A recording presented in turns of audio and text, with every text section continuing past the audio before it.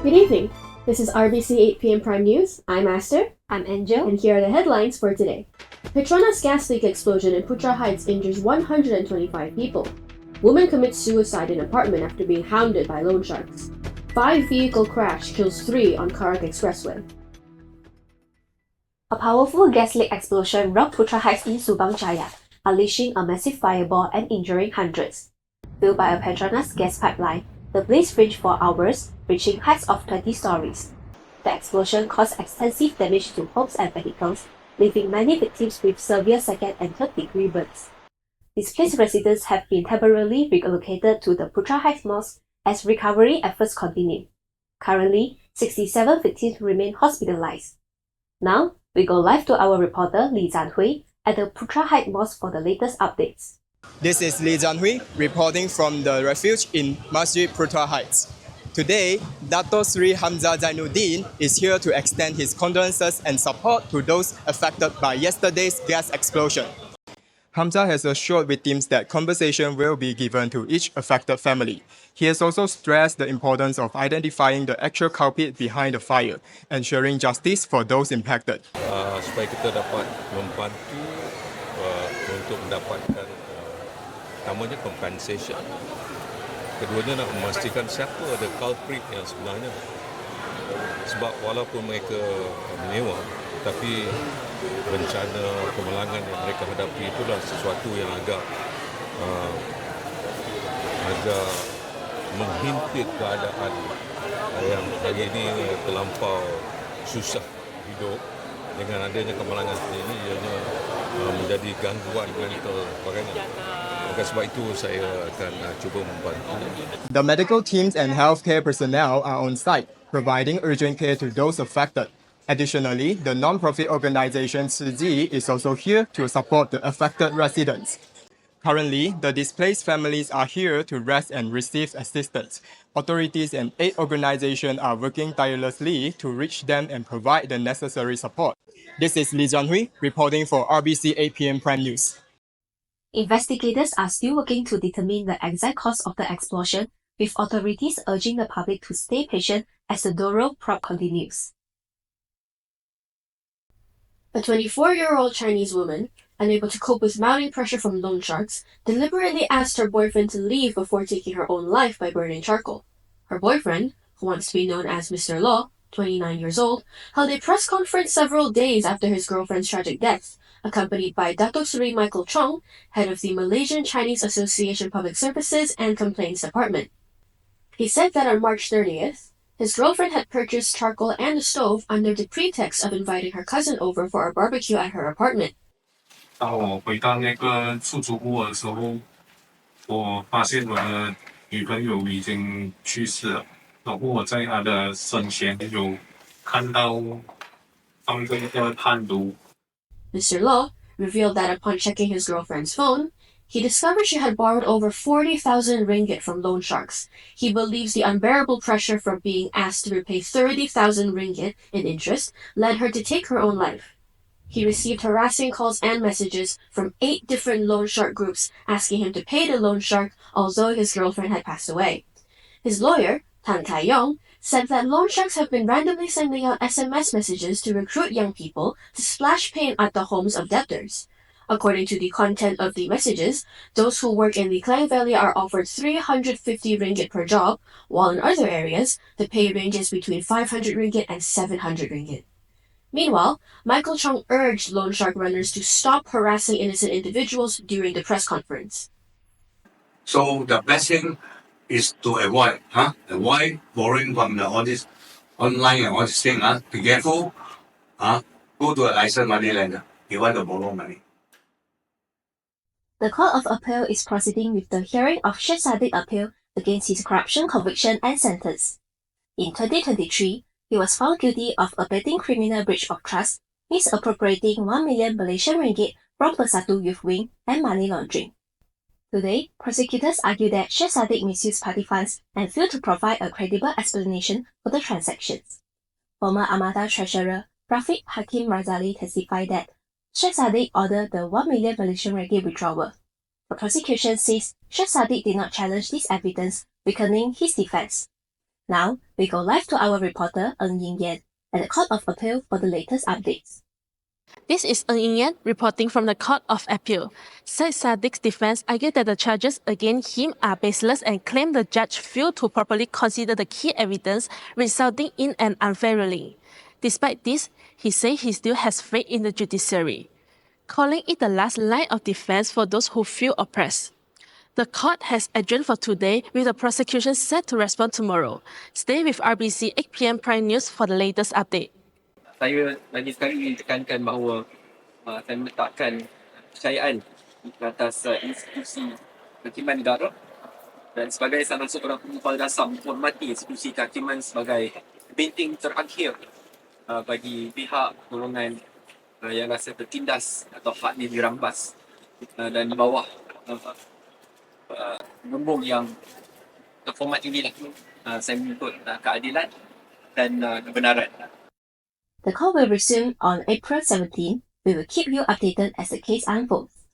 Buat masa ini, saya hanya mampu untuk merayu ke Allah Subhanahu Wa Taala untuk memberikan saya kekuatan dan kesabaran untuk terus menegakkan kebenaran. Keadilan mungkin tertangguh, tetapi ia tidak boleh dinafikan. A 52-year-old lorry driver has been remanded for 4 days after causing a fatal crash at KM 50.8 of the Kuala Lumpur to Karang Expressway. The accident involved a 5-ton lorry and 4 other vehicles. 3 family members died in the crash: Wong Kian Yip, 29, his sister Hui Moon, 34, and their mother, Li Lai Cheng, 61. 4 other people sustained injuries and received treatment at the Bentong Hospital. Police said the lorry, traveling from Kuantan to Kuala Lumpur, skidded, hit the road divider, and veered into oncoming traffic. The driver, who has 4 prior traffic offenses, tested negative for drugs. Authorities are now investigating him under Section 41, Subsection 1 of the Road Transport Act 1987. In response to this accident, we spoke to Tan Sri Lee Lam Sai, a well-known road safety advocate and chairman of the Alliance for a Safe Community. His ongoing efforts to improve traffic safety make him a vital voice on the issue. So I hope that government may introduce, an amendment to law to say that employers will also can be charged. They can be charged in court, or they can be investigated. They can be arrested just because they are not doing their part to make sure their employees, their drivers, are responsible when they are on the roads. Lee has suggested that the government make changes to the Road Transport Act in order to avoid similar tragedies in the future. Coming up next, a powerful earthquake strikes Myanmar, killing over 153 people and causing widespread destruction across Southeast Asia. Stay with us for more. The world is full of rules and regulations, but my home is full of joy and fun. It's lovely, so lovely. The world waits for no one, but my home always waits for me. The world can get gloomy, but my home is lit. The world gets heated, but my home is chill. The world is loud, but my home is quiet. Well, most of the time. The world is gray, but my home is colorful. The world fights and breaks up. At home, we like the makeups.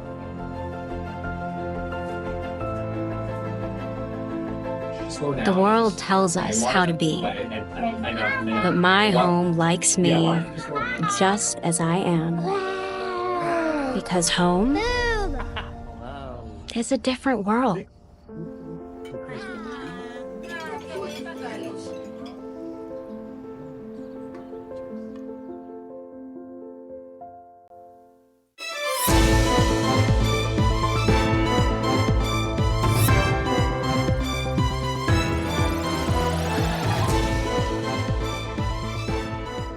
A 7.7 magnitude earthquake has struck Myanmar, causing widespread destruction. More than 153 people are confirmed dead, with many others injured. A powerful aftershock has made the situation even worse. The hardest hit regions include Sagaing, Mandalay, and Naypyidaw, where a hospital collapse killed 20 people. Myanmar's leader, Senior General Min Aung Hlaing, has called for international assistance. United Nations Secretary-General Antonio Guterres confirmed that a United Nations team is preparing to mobilize after Myanmar requested support.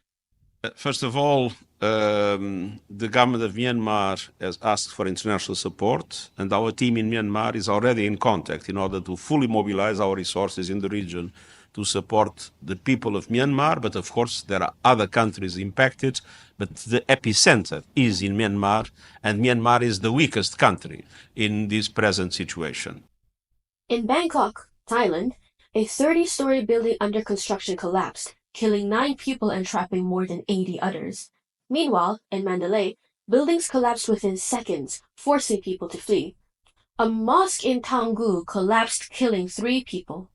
In Shan State, a hotel fell, killing 2 and injuring 20 others. The earthquake was also felt in Thailand, Vietnam, and Malaysia. Rescue teams are still searching for survivors, and authorities are warning of more aftershocks. Former Philippine President Rodrigo Duterte has addressed the public after the International Criminal Court issued an arrest warrant against him over his controversial war on drugs. The anti-narcotics campaign, which aimed to eliminate drug-related crimes, led to dozens of deaths of drug dealers and was widely criticized by human rights organizations. Despite facing legal action, he remains firm in defending his policies. In a video posted on Duterte's official Facebook page, he reaffirmed that he took full responsibility for his action while in office. I think this is something to do with the law and order noon. At sinasabi ko naman sa mga pulis at military na trabaho kayo at ako ang managot. So ito na nga. Duterte left Manila for The Hague on March 13. Upon his return, authorities arrested him under a warrant issued by the International Criminal Court. The presidential palace says the arrest followed proper legal procedures. However, Duterte's former lawyer claims that the arrest was unlawful, citing the absence of legal representation at the time.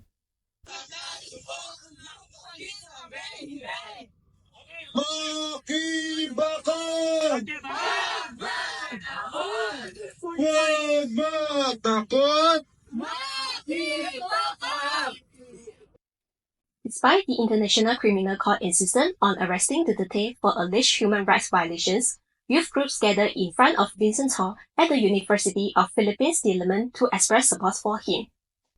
For now, the situation remains unresolved, with more updates expected as events continue to develop. Meat Valley Mega Mall is transforming into a festive wonderland. Experience a perfect blend of traditional charm and modern elegance with stunning decorations. Stay tuned for more details coming up on RBC 8 p.m. Prime News.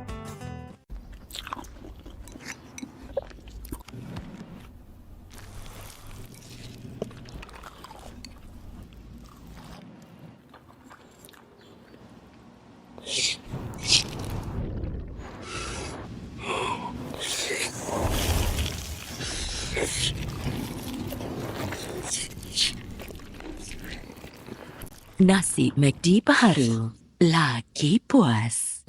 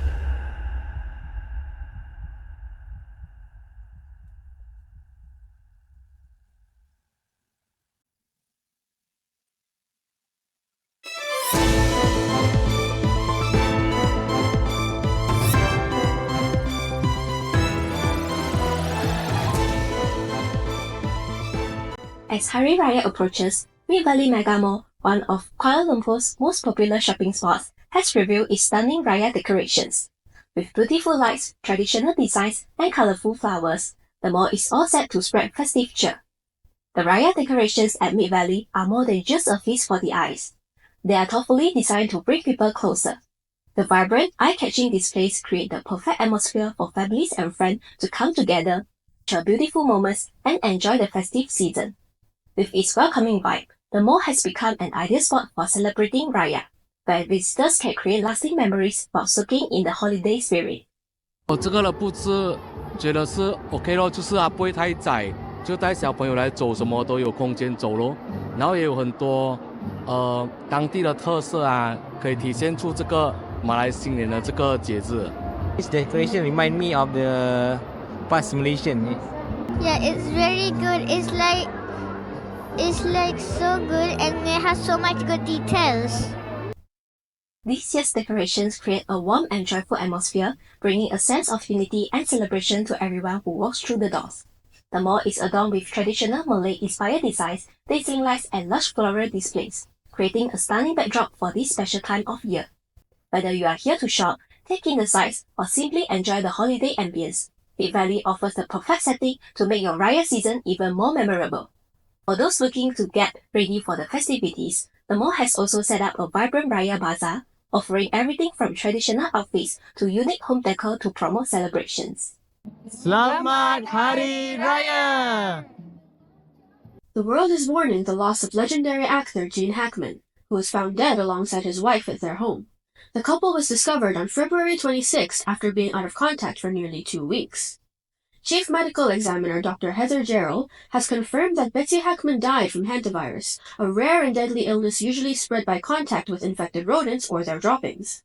The disease can cause serious lung problems and is often hard to detect early. Her husband, Gene Hackman, had been dealing with Alzheimer's and heart disease. He is believed to have died shortly after Betsy. Although his exact cause of death hasn't been confirmed yet, doctors believe his long-term health issues likely played a part. The cause of death for Mr. Gene Hackman, aged 95 years, is hypertensive and atherosclerotic cardiovascular disease, with Alzheimer's disease as a significant contributory factor. Autopsy examination and a full-body postmortem CT examination demonstrated no acute findings of internal or external trauma and showed severe heart disease. New information from Hackman's pacemaker has helped give a clearer picture of when he may have passed away. The device, which monitors and helps control the heart rhythm, showed that his heart was still active on February 17th. However, when the pacemaker was checked again the next day, it recorded an abnormal heart rhythm called atrial fibrillation. This condition causes the heart to beat irregularly and can be dangerous, especially in people with existing heart problems. Importantly, February 18th was the last time the pacemaker recorded any activity from Hackman's heart. After that, there were no further signs of a heartbeat. Based on this information, medical experts believe it is likely that Hackman died shortly after February 18th. The data from his pacemaker has played an important role in helping doctors and investigators understand what happened and when it may have occurred. In a heartbreaking twist, a Kelpie mix named Zinnia was also found dead near their home. Initial concerns about carbon monoxide poisoning were ruled out after the fire department and gas company confirmed that the gas leak inside the house wasn't lethal. Recently, a viral video warmed netizens' hearts across the internet, showing a temple cat giving high five to visitors. The video was filmed at Temple Xiyuan in Suzhou, China, where a charming cat wearing a shiny gold chase greets tourists with an adorable raised paw. Hence, it was given the nickname High Five Cat. One clip of the friendly gesture has already gained over 120,000 likes, turning this feline into a local celebrity. These days, visitors are not just coming for peace and prayer, they are also hoping for a high five blessing from the cat. That's all from us tonight. I'm Master. And I'm Anjo. Thanks for joining us on RTC 8 p.m. Prime News. We will see you again tomorrow.